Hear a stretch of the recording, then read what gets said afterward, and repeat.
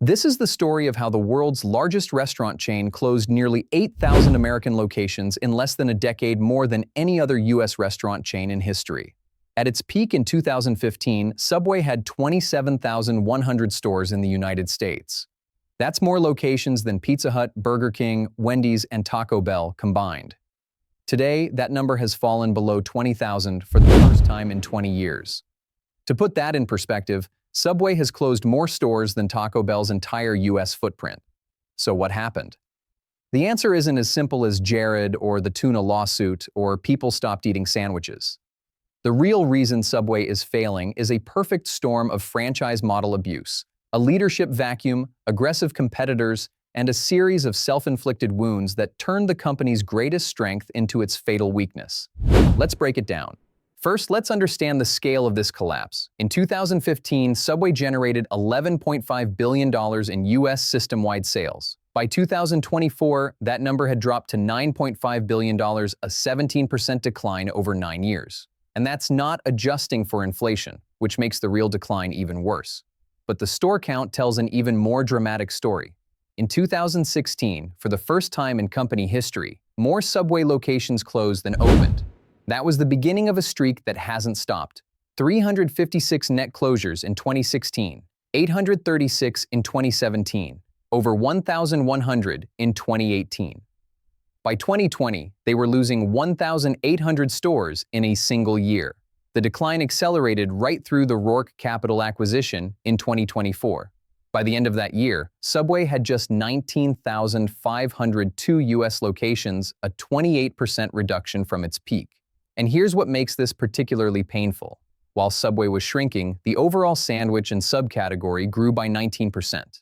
Subway's market share in that category dropped from around 70% at its peak to just 44% by 2024. They didn't just fail to grow with the market, they gave away more than a quarter of their dominance. So where did all those customers go? Make sure to subscribe and like the video. It's a simple gesture, but it really helps the channel grow. Thanks, everyone. To understand Subway's decline, you need to understand Jersey Mike's rise. In 2015, Jersey Mike's had 857 locations. Today, they have over 3,200. That's 280% growth, while Subway contracted by 28%. Their system-wide sales exploded from around $600 million to $4.2 billion. But here's the number that really matters: average unit volume, or how much each store makes per year. A typical Subway location generates about $490,000 in annual sales. That sounds reasonable until you learn that Jersey Mike's averages $1.36 million per store, nearly 3 times as much. Jimmy John's does $986,000. Firehouse Subs does $964,000. Subway's per-store revenue is lower than all but 19 chains in Technomic's top 500. And this creates a vicious cycle. When your stores make less money, your franchisees struggle. When franchisees struggle, they close. When stores close, your brand loses visibility. When you lose visibility, sales drop further. So why does Jersey Mike's generate 3 times the revenue per location? One big reason: they slice their meats and cheeses fresh at the counter right in front of you. It's a small operational difference that creates a massive perception gap. It feels premium. It feels fresh. It makes Subway's pre-sliced ingredients look less fresh by comparison. Customer satisfaction surveys back this up. In the American Customer Satisfaction Index, Subway scored 74 out of 100, below the 79-point industry average and their lowest score in a decade. In 2024, Blackstone acquired Jersey Mike's for $8 billion. That's nearly as much as Roark paid for all of Subway, despite Jersey Mike's having 1/6 the number of locations. The market is telling us something. Fewer, better stores are worth more than thousands of struggling ones. Now we get to what I think is the core of Subway's problem: a franchise model that prioritized growth over sustainability. Subway charges franchisees an 8% royalty fee on gross sales, the highest among sandwich chains. Add the 4.5% advertising and marketing fee, and franchisees are paying 12.5% of every dollar they make back to corporate. That's the second highest rate among the 100 largest franchise systems in America. One franchise attorney described it this way: it's a Cadillac price for a Pinto product. But the fees are just the beginning. Subway's franchise disclosure document explicitly states that the company and its affiliates have unlimited rights to compete with you. Translation: franchisees receive no designated exclusive territory. John Oliver once pointed out on Last Week Tonight that there were 10 Subway locations within a 1-mile radius of his television studio. That's not an accident. It's the business model.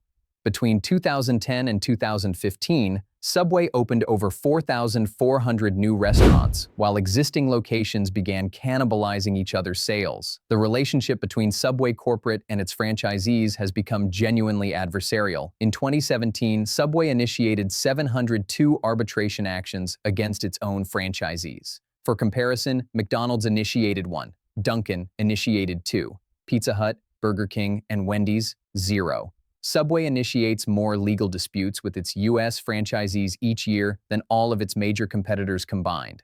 The North American Association of Subway Franchisees, which represents somewhere between 35% and 50% of franchisees, hired an attorney in 2024 to address what they called systematic issues. According to reports, Subway corporate hadn't spoken with this association in years. And just last month, over 5,000 franchisees, more than a quarter of the entire system, signed a petition demanding changes to the Subclub loyalty program, which they claim is too generous and eats into their already thin margins. This tension isn't new. Remember the $5 footlong? The $5 footlong was one of the most successful promotions in fast food history. Launched during the 2008 recession, it drove massive traffic and became synonymous with the Subway brand. But by 2016, it was killing franchisees. According to a Chicago Tribune analysis, the ingredient cost for a sandwich was about $2. Add labor, utilities, rent, royalties, and other overhead, and the total cost exceeded $4 per sandwich. At $4.99, franchisees were making less than $1 per sub, sometimes nothing at all. In 2017, 900 franchisees signed a petition opposing its revival. When Subway brought it back in 2020 as a buy-two deal, 75% of Franchisee Association survey respondents opposed it.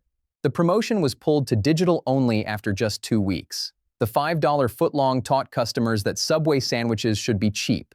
But when ingredient costs rose and franchisees couldn't sustain those prices, customers felt like they were getting ripped off, even when the prices reflected economic reality. And then came the remodel mandate. In November 2024, Subway announced its Fresh Forward 2.0 redesign requirement. Every franchisee must invest $100,000 or more to update their store, with a 60-day deadline. Non-compliance threatens termination of the franchise agreement. The Franchisee Association's response was blunt. Subway has imposed a non-negotiable remodel timeline that treats franchisees not as business partners, but as corporate ATMs. These aren't cosmetic touch-ups. We're talking about 6-figure investments that could devastate family businesses. The financial pressure has pushed some major operators over the edge. In 2024, a 48-unit franchisee in Texas filed for Chapter 11 bankruptcy. A 43-unit operator across Maine, New Hampshire, Pennsylvania, and Virginia did the same. A 23-unit franchisee in Oregon simply shut down all their locations. One industry consultant reported that weekly Subway sales were down about 16% from the prior year in summer 2024. For operators already running on razor-thin margins, that kind of drop is existential. While Subway was fighting with its franchisees, it was also fighting public perception about its food. In February 2014, a food blogger launched a petition to remove azotocarbonamide from Subway bread, a chemical also used in making yoga mats and shoe soles. The petition got over 92,000 signatures. While the FDA approves the chemical in small amounts, it's banned in Europe, Australia, and Singapore. Subway removed it by April 2014, but the damage to their Eat Fresh credibility was done. In 2013, an Australian teenager measured his footlong sandwich and found it was only 11 inches. He posted the photo to Facebook. It went viral with over 118,000 likes in a day, and class action lawsuits followed. The case dragged on for years before a federal appeals court rejected the proposed settlement, which would have paid the lawyers $520,000 and customers nothing.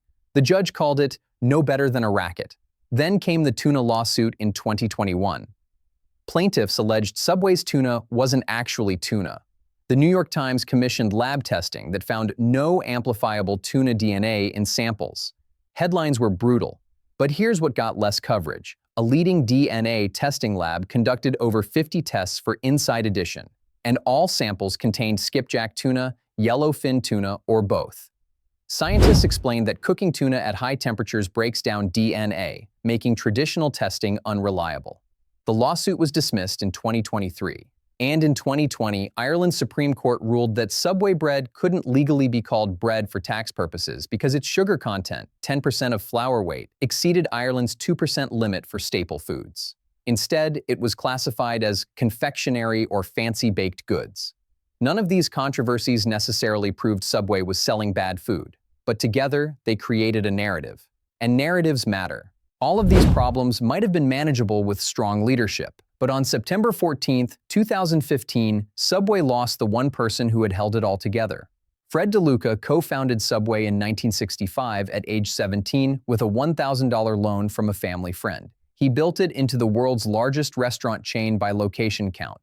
He personally signed every company check until 1990. He maintained what insiders called an iron grip on operations. As one former employee told Business Insider, he was very smart and hardworking, but one of the problems was that he ran the franchise when we had 30,000 stores as if we had 100 stores. When DeLuca died of leukemia at 67, the company entered a period of mourning and instability. His sister Suzanne Greco became CEO, but stepped down in 2018. An interim CEO followed. Then John Chidsey, the former Burger King CEO, became the first non-family leader in 2019. Co-founder Peter Buck died in November 2021 at age 90.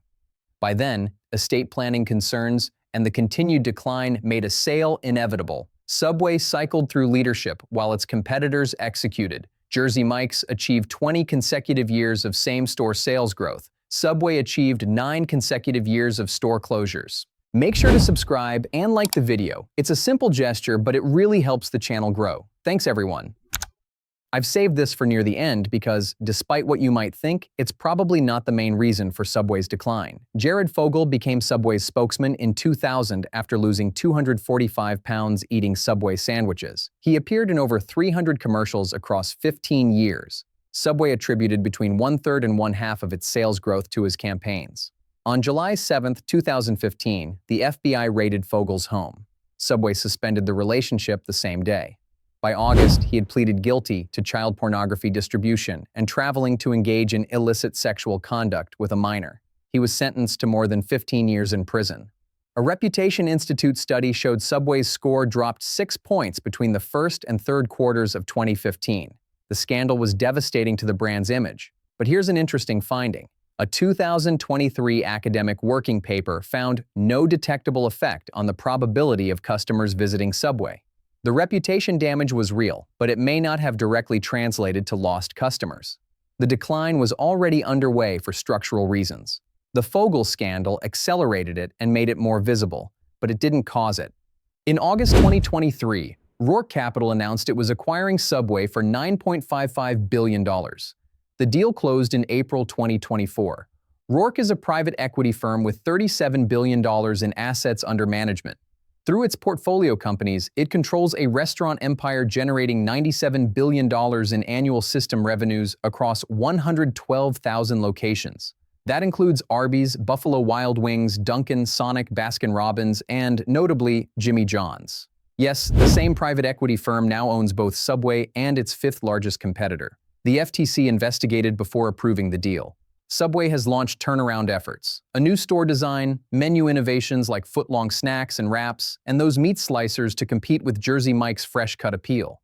They've signed major international expansion deals, including a 4,000-unit commitment in China. So what's the real reason Subway's failing? It's not one thing, it's everything. It's a franchise model that prioritized opening new stores over making existing ones profitable. Its fees so high that franchisees can barely survive, combined with territory policies that let corporate cannibalize their own operators. It's a leadership vacuum created by the death of a founder who ran a 30,000-store empire like it was still 100 locations. It's competitors who figured out that slicing meat fresh was worth the extra effort. It's a decade of food controversies that eroded the eat fresh promise. And yes, it's a spokesman whose crimes became inseparable from the brand. Subway isn't dead. With 19,500 US locations and $9.5 billion in sales, it's still enormous. But it's no longer dominant, and the trajectory is clear. The question now is whether Roark Capital can do what the DeLuca family couldn't, turn Subway from the biggest into something better. Based on the last decade, I wouldn't bet my footlong on it.